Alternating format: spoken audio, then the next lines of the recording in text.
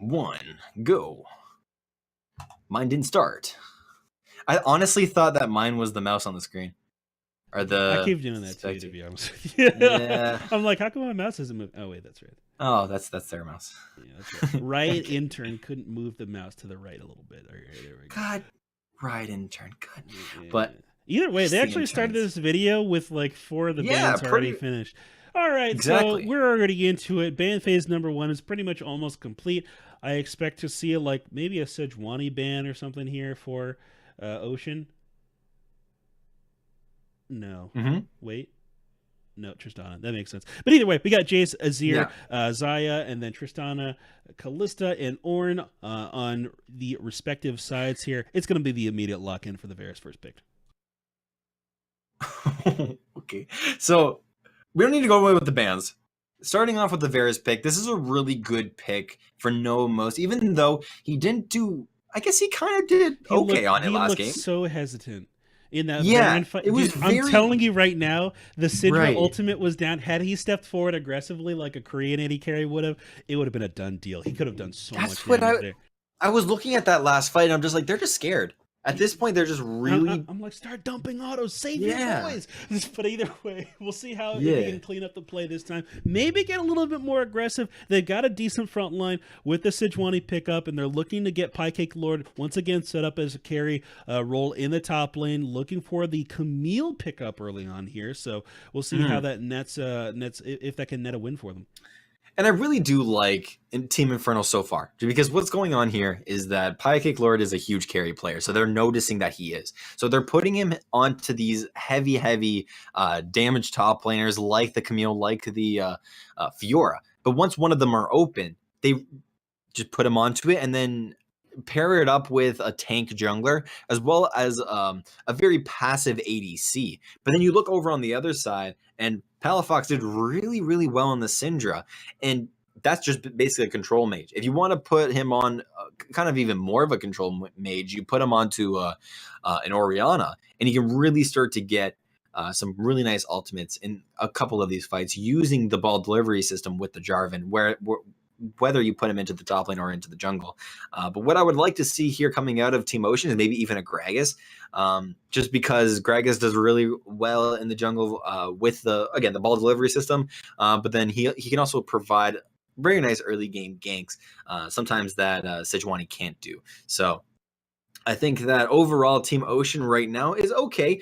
I don't really agree with the Caitlyn pick all that much. But this does tell us that Prismal is a very aggressive type ADC and really does want to get ahead here in the early game. Because if you can't get ahead in the early game with Caitlyn, it can be really good. But then you can also play Caitlyn very kind of supportive, because if you want to go for an objective, then you can place down your traps. You get that extra trap line, which means that someone needs to eventually step on a trap, and it's just not a fun time.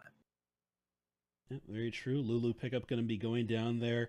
A lot of bands getting through or going through for that second band wave. Syndra, Malzahar for Team Ocean, and then Thresh, Karma trying to limit that pool of the support of Team Ocean as well. But it's going to be Vulcan on the Lulu this game. And what this is telling me so far is that these guys are looking for that early game dominance. They're really trying to... Wait, it's at 0 time. Wait, hold on. Okay, I guess it just doesn't care. It doesn't really care if you're just sitting at 0 time for a while. Yeah. That's fine, I guess. But either way, Team Ocean really focusing on this early game, and it kind of suggests to me that they may look for like a Renekton top lane to try to face up against this Camille. But I don't know what Kaizen's pool is like. We'll see what he ends up going for. Yeah, it looks like Tsum is playing kind of those aggressive type, supporty type supports. We saw the Rakan last game, and that was only because he had to. If he did end up going, I guess, something else, then, like you were saying, the enemy team would have picked up the Rakan, and it just wouldn't have been a fun time overall.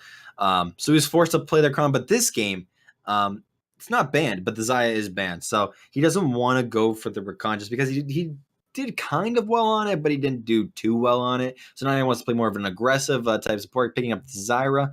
But then you also see Julian once again going for the Corki, but this time you're versus an Orianna, which does mean that you can be a little bit more aggressive here in this game. game. I want to see if he actually does go more aggressive, because in the last game, like you were saying, along with the Varus around that Baron pit was the Corki. So I think if they both were synergized enough to go in at the same time, then they could have done wonders in that team fight. But I want to see in this game if he actually does play a little bit more aggressive, which I think he can. But we're just gonna have to see. Going through the roster or going through the team comp lineups, it's going to be an interesting top lane. It's going to be definitely a dance between these two guys, because Kaizen has the potential to shut down an enormous amount of damage coming out of Pie Lord's Camille pick, with the ability to just completely negate on auto attacks altogether. So if he plays that lane quite well, there's so much protection potential for this engage on the front line. Blabberfish free to go in for that Cataclysm on J4, and then know that he's got the support of not only a Lulu shield, an Orianna shield, and a Shen shield. This man should be completely indestructible when he flies in for these engages. If not, something has gone seriously wrong in the earlier stages of the game. So we'll see if Team Ocean can get together for some pretty aggressive engages here, because their front line should be extremely protected. Yeah, exactly. And you also look at the carries on this side, and or basically on both teams, where you have two different types of junglers. Jarvan is very, very aggressive in the early game. He can pull off some really nice level 2 ganks, maybe even level 3. But Sejuani, she's very passive. She turns into a tank in the later stages of the game, as well as Jarvan. But I think that Jarvan can get around in the early game, and if he can do that, then I think that Ocean can take this game with ease.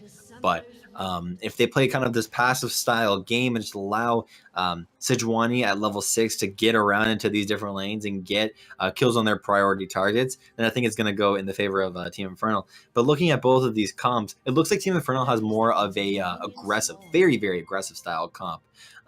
You have the Varus, who can dish out a lot of damage. The Zyra's paired up with him very well.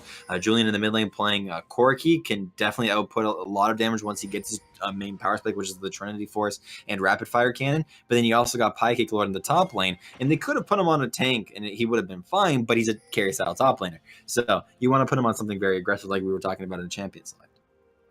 And it's going to be up to Pie Lord to start moving around this map, take advantage of Camille's mobility, and try to get Kaizen to, or try to force Kaizen's ultimate out of him in a situation where Ocean doesn't get to set up that play very well. It's going to Camille's ability to jump over terrain and actually gap close to targets from a very far distance means that he's got the ability to pull Shen with him when he makes those roam plays, and then they can hopefully make a disengage occur after that. And then play around having that Shen cooldown down off the board. So either way, it's going to be pretty standard starts here for these junglers. Blabberfish going to start up here in the top lane, but look at this pressure getting thrown down already by Team Ocean. But it looks like Infernal's no slouch either. Just a lot of damage being passed back and forth between these guys as they try to maintain or establish dominance of the lane here. And either way, these guys are really just trying to make sure that this last game, or the second game between each other, is a good one. Blabberfish looking like he wants to show up down here. Wait a minute, he did red buff and he's just sprinting down here as quickly as possible. This is the kind of gig, this is a tilter right here. This is what tilt is just embodied. He started red buff. He has one farm. Why is he here? What the hell's he doing? Yes. Yeah, forcing the flash on both of these guys. He got both their flashes, which is enormous for him, but it's always so unexpected to see a play like that happen. So I commend Blabberfish for going for something that's out of the textbook, but he does open himself up to some of this counter jungling. Spicer looking to take advantage. The thing that would make this not, or I guess it would kind of still make it worth, but the thing that would make it worth for Infernal as well is that if Spicer actually took the drugs, not happy, but be, I guess, content. Right. Yeah. With the trade, but I mean, Team Infernal, they're not looking good in the bottom lane. They already had a level 1 kind of skirmish in that tri-bush, but then you send the jungler down there, 2 flashes are down, and already know most is on half HP. The thing that's pretty good is that you have Zyra. So if Zyra can land her abilities, then she can output a decent amount of damage. But like I was saying, early game aggression, it's Jarvan in the mid lane now. And Julian, respecting the damage that can come out here, just burns the flash immediately for that flag and drag. Just does not want to take any chances whatsoever. But look at the pressure that Team Ocean is throwing down here. Yeah. Noah Most is having such a hard time. He's like, Zyro, where are the heals and shields? And Zyro's like, I can deal damage, I guess. They call me a support. I'm not really one. I'm just a second mid laner. Yeah, and I was giving Caitlyn some slack in Champions League, but I forgot it's season 7 now. Yep. And she was pretty good. She was pretty good at the end of season 7. So I was kidding. So yeah, Caitlyn putting a lot of long range pressure down onto Varus here in this lane. She's doing a very nice job, like we were saying, but as well.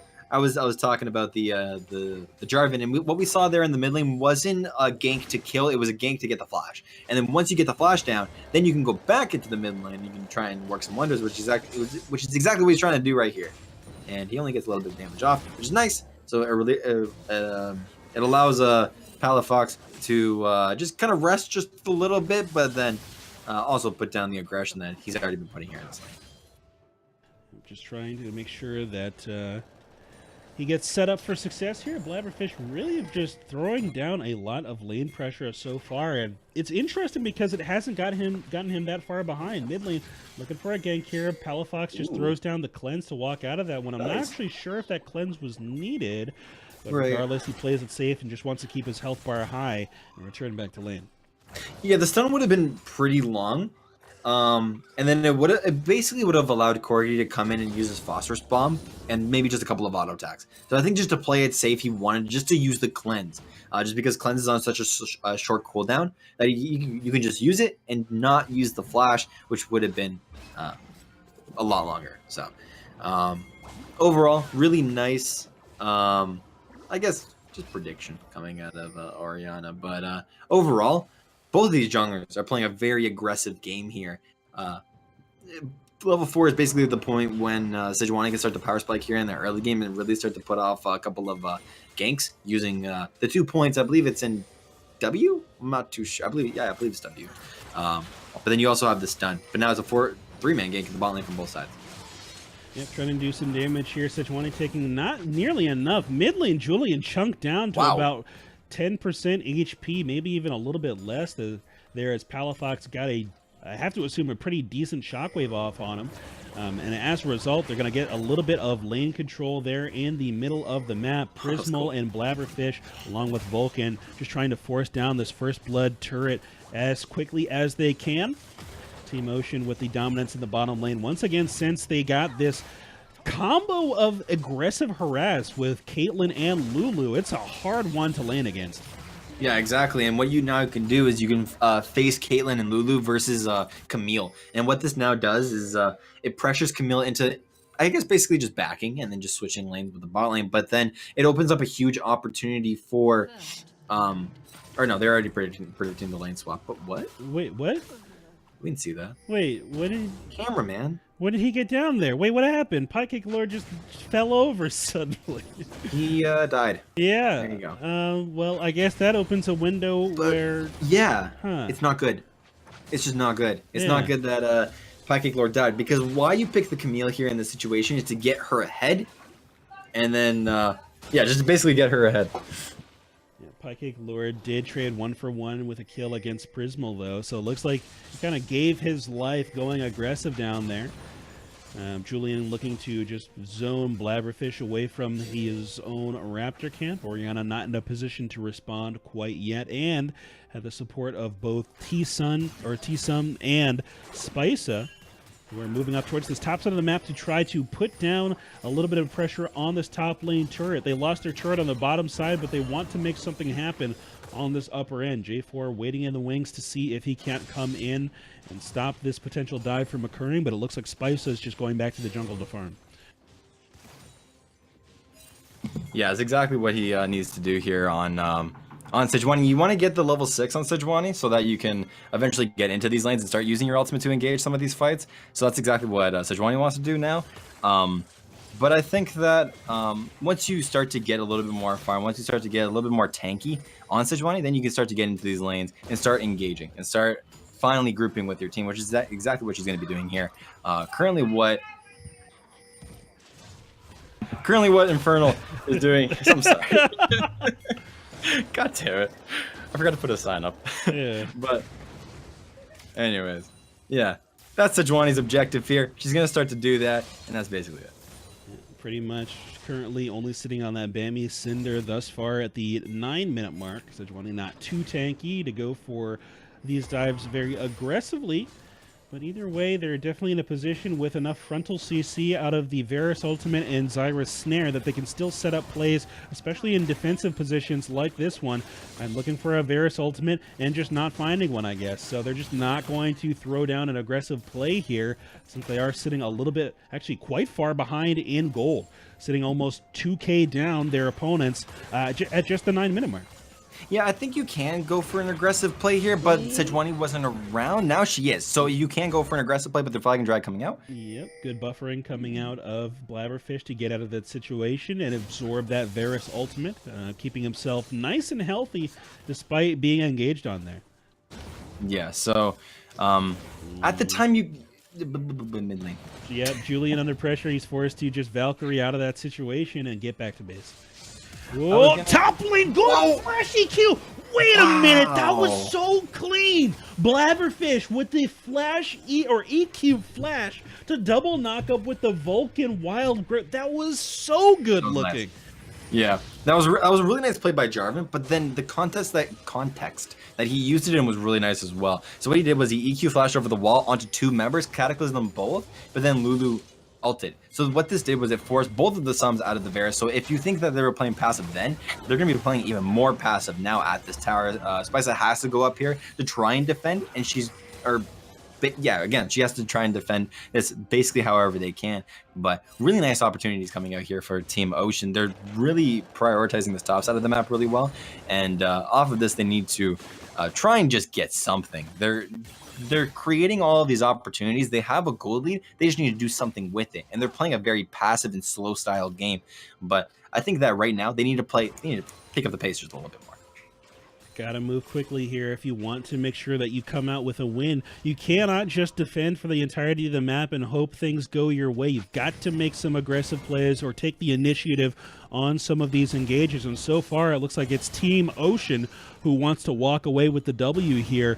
Or at least is making the right moves to do so, burning a lot of the summoner spells of the opposing squad, and it's going to be up to probably Spica to find the window back into this game, being the front engage for the squad, and Pancake Lord kind of stuck in a perpetual split-pushing scenario against Kaizen. He's kind of been sealed here, thanks to the durability of that Shen, so he's going to have a hard time really affecting the rest of the map. Yeah, playing a tank right now is basically just playing Shen right now. It's very calming because you follow the other aggressive laner, and if anyone really needs you, you just ult them. So I think that right now, once again, he's playing a very passive game, and he's just basically waiting for his opportunity, his moment, but he hasn't gotten it yet. Not quite yet, as it's very much a rotational game here at the 12-minute mark. Only actually still a 2K gold lead here for Team Ocean, dousing the fire of Team Infernal as these guys try to hold on to their top lane turret.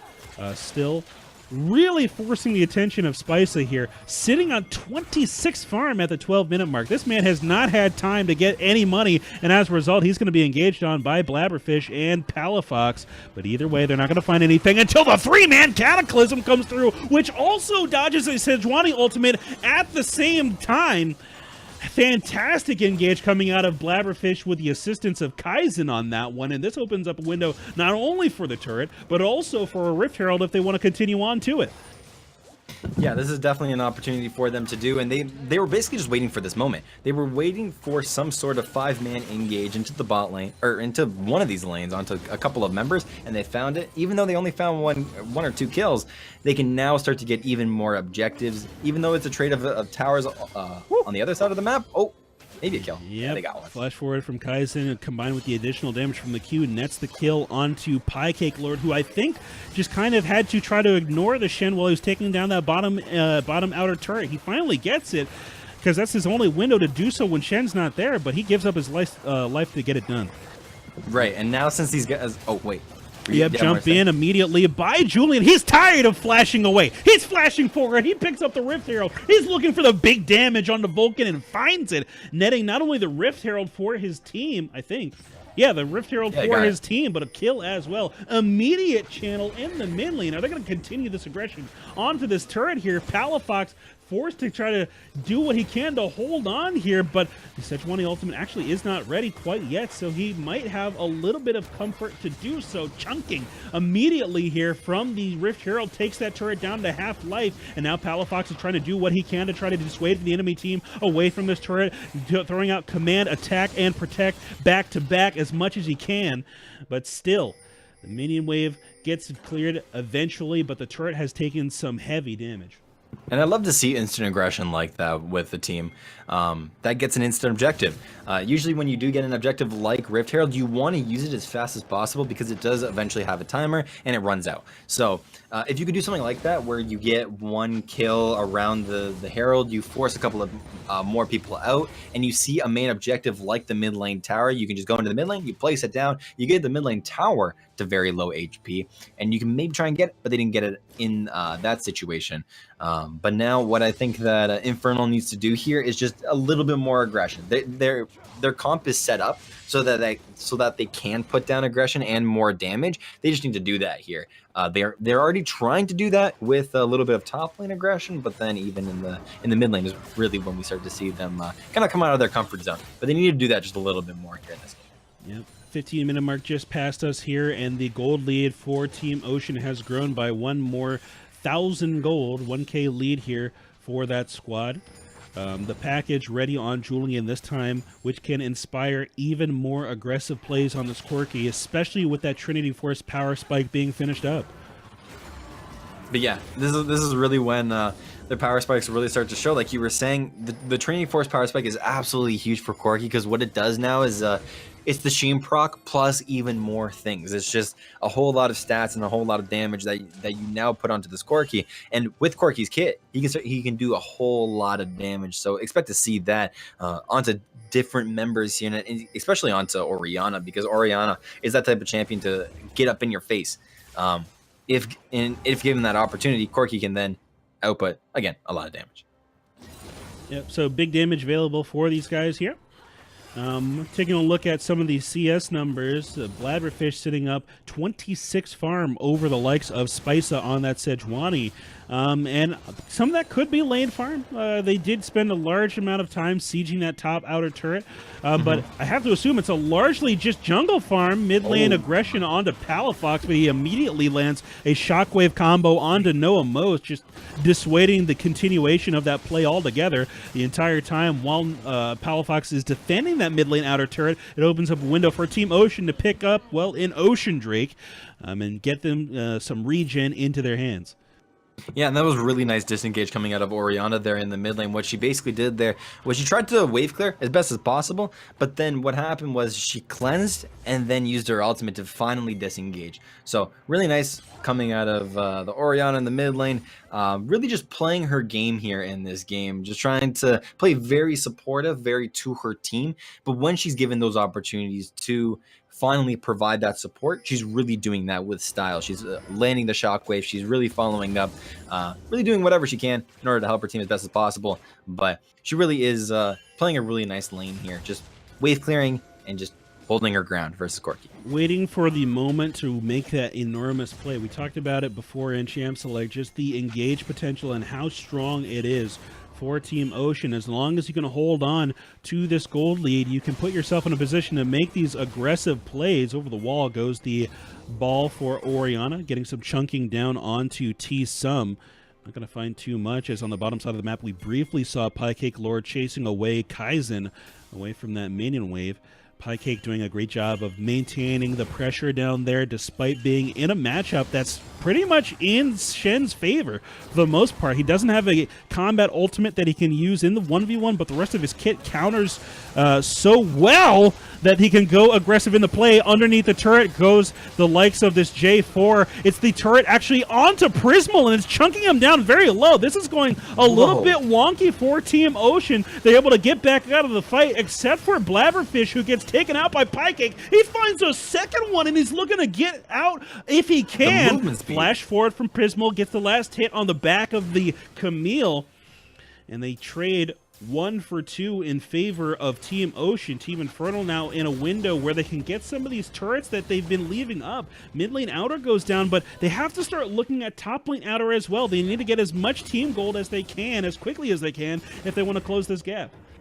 Yeah, definitely. And I think that both teams here kind of got a little bit something out of that, but Pycake definitely showing us that his aggression is definitely paying off on a champion like Camille, where he's diving onto one of the carries, and he's getting a kill onto them, and then he's finally just basically getting whatever he can before he dies, and he just got another kill. He tried to run away a little bit, but it didn't really pay off because he ended up dying. But what this then opened up for his team was to go into the mid lane, get a tower, and then everyone can go back to base and just get something out of that. Lulu bouncing over the wall there with the blast cone, maybe looking to see if they can't steal away this blue buff. Not going to quite go for it. Throws out a quick glitter lance to the back just to see if it's going to connect, but it will not be so. Now a lot of vision clearing going down for Team Ocean as they try to throw the pressure down towards the enemy yet again. Slow connects here on the Caitlyn, but no engage as the Sejuani ultimate is not quite ready yet. That Glacial Prison just not back up off of cooldown, but look at how quickly these minion waves are disappearing for the likes of Team Infernal. They do not have that wave clear potential that Team Ocean does because of the Caitlyn and the Caitlyn and the Orianna. Yeah, definitely. Now at the 20-minute mark, it's really just a game of who can make more mistakes and who can capitalize off of this. Because what we've seen so far in this game is Team Infernal get into, or at least get the opportunity to get some kills and really just shine in some of these team fights. But now Team Ocean, they're doing the exact same thing. What the hell? That's so much noise. I'm sorry. No, it's all good, dude. Either way, Engage gets thrown down in the middle lane here. The Chains of Corruption just getting dumped immediately. Glacial Prison gets thrown down, and it lands on the support player of Team Ocean. The Engage from J4 actually gets a little bit denied there thanks to the knockup of the Zyra ultimate. But here comes Julian, finally looking to shine here as he's trying to get in and cut up some of these team members. On the back line, though, it looks like Pycake Lord trying to find some damage. Gets CC'd down thanks to thanks to Lulu, played by Vulcan there. And so far, yet again, it's going to be Team Ocean coming away with a team fight lead. Yeah, that was a really nice team fight from, did you say Team Ocean? Team Infernal. They came up 3-. Wait. Oh, you're right. Never mind. I'm kidding. I'm sorry. So Team Ocean, Team Ocean coming up with the victory. Would you look at that? I'm sorry. Where's my brain? Sorry. So, yeah, Team Ocean coming up with the victory at the end of the day. And it was on some of the main priority targets, too. Julian and Noah definitely falling, or no. Oh, my goodness. It was Pycake Lord, Spica, and Noah falling at the end of that fight, which definitely opens up the opportunity for Team Ocean to get a little bit of a gold lead back. Currently, they're sitting 3K ahead of Team Infernal now. It's really just about what objectives they can take, and the next objective that's being that's coming up is the dragon. With this, what you can do is you gotta get towards that bot side, get priority down there, and then what this opens up is just an objective for you guys. You can already see that coming out of Pycake Lord and Noah here in the mid lane. They want to try and push out these lanes so that you can try and rotate the rest of your team. What is happening? What happened? Palafox finds a kill apparently onto T-Sum top lane. It looks like Julian is just in a bad situation here. Team Ocean try to pass that kill over to Prismal, who's taken quite a while to get the job done, but finally nets the kill. Getting a lot of crits down there, finishing up that second crit item in the Static Shiv, and now that's going to allow them a window where they can push in this lane, or maybe look for a Baron play. It looks like they're going to go and play around it. They know that there's no Shockwave available for Palafox, and not only that, I don't think that going to be looking to be engaged on here too quickly. We'll see how this goes down, though, as we do have the Sejuani over the wall looking for a potential steal. Lurking, sniffing out the timing there. Ultimate thrown down by J4. He ends up out of the pit. Smite contest. He actually dies before it gets in his smite range.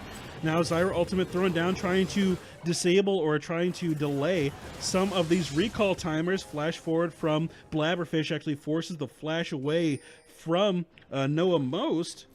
And with those two summoners traded, we're not going to be able to find too much for the likes of Team Infernal. Once again, Piecake Lord down in the bottom side of the map, really trying to throw down the split push pressure, but so far it's just not been netting them anything. Right, in the last game he did this and it was very successful, but here in this game it's not too successful, even though he didn't have TP, so this opened up an opportunity for Team Ocean to take the dragon.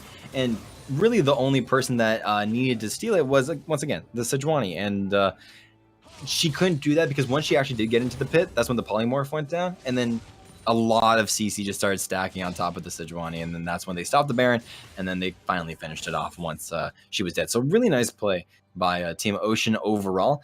I think what they're going to do with this Baron is just basically try and close out this game at this point, because they really have all of the map pressure needed for them. They have the Shen that's finally grouped with the team now. So I think the team fight potential of this whole entire team is absolutely crazy, and we're going to start to see that now as they try and close out the game.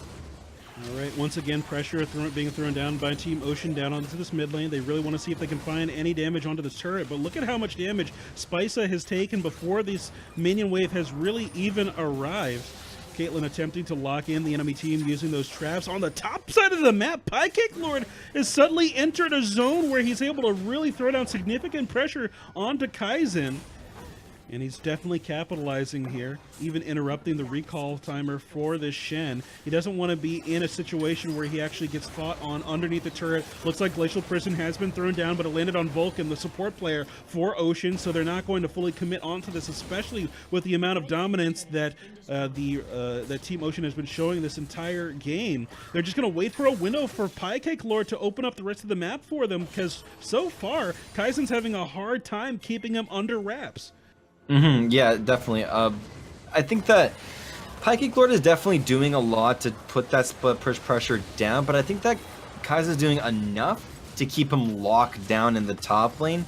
I think that he's basically just waiting for his moment to get into these fights, like we were saying before. Basically, all he's really used for here in this game is just to stop Piecake Lord from doing a lot of damage to these towers over a long period of time. It doesn't mean that he's going to fully stop Piecake Lord from taking towers. It just means that he's going to stop him for a, just for a certain period of time, while he just allows the rest of his team to rotate like this and get all of these tier 2s. So I think that it's worth enough to just lose one tower top lane just to get 2 on the other side of the map, let alone 2 tier 2s. So I think that overall it was pretty good.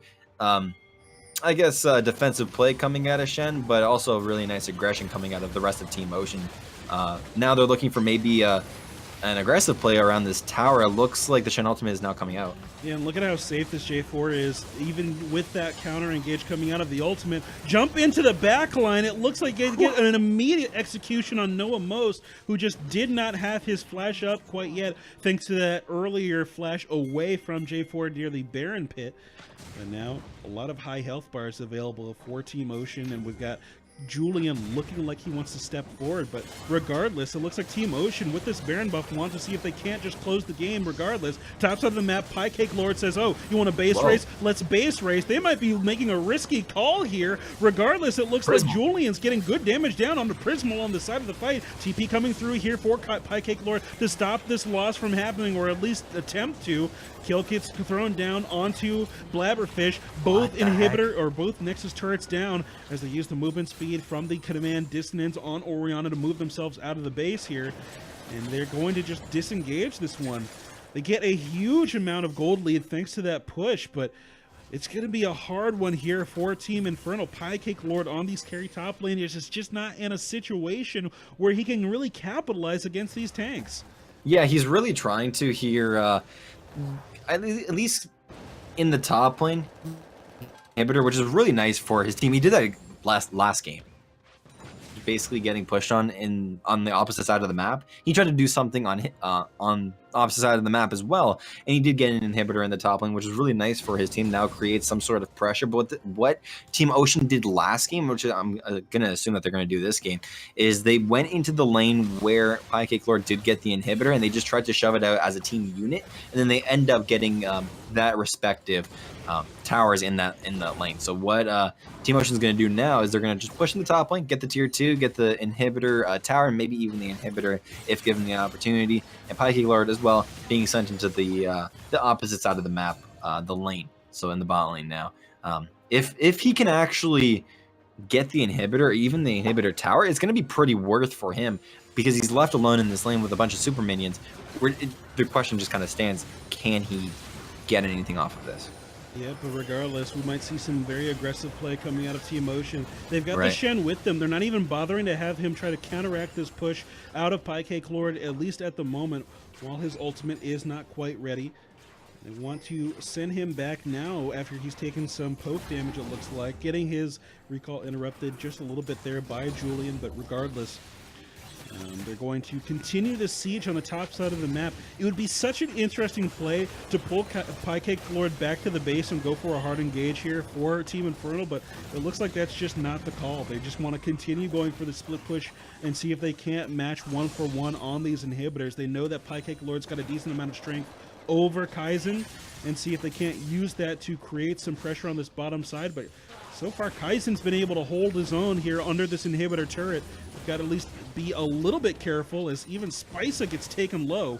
Now this mid lane inhibitor turret under pressure as it's going to be Palafox, the aggressor, getting the auto attacks down on it. They're just trying to go and maybe do a 2-lane split, but no, they regroup here on this bottom side. TP getting thrown down here for Shen, which means they're going to cede this inhibitor to Pyke Lord. I think they're just going to go and try to end the game after this singular push. Good flash EQ coming out of J4 yet again. Palafox to get the kill there on the support player for Team Infernal. It looks like Noah Mosa trying to step forward and get some damage done, but the Cataclysm still available for J4. Oh my goodness. So many kills getting picked up here for Palafox. Ultimate thrown down by Pyke Lord. He's the last one alive. He's got a Sterix Gauge, which gets popped, but it's not going to be nearly enough to keep him alive here.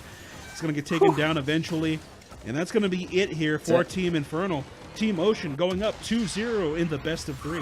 That was absolutely an amazing game being played by Team Ocean. Every single opportunity that they got, they did exactly what they needed to do. The one play that really did stand out to me was in the early game when Jarvan, he got the double flash, and then he went back down there and just allowed Prismal to, I guess, got that bottom lane tier 1 tower. They just rotated the bot lane into all of these different lanes, and they really just started to utilize the long range and the utility of their bot lane. So really nice game being played by them.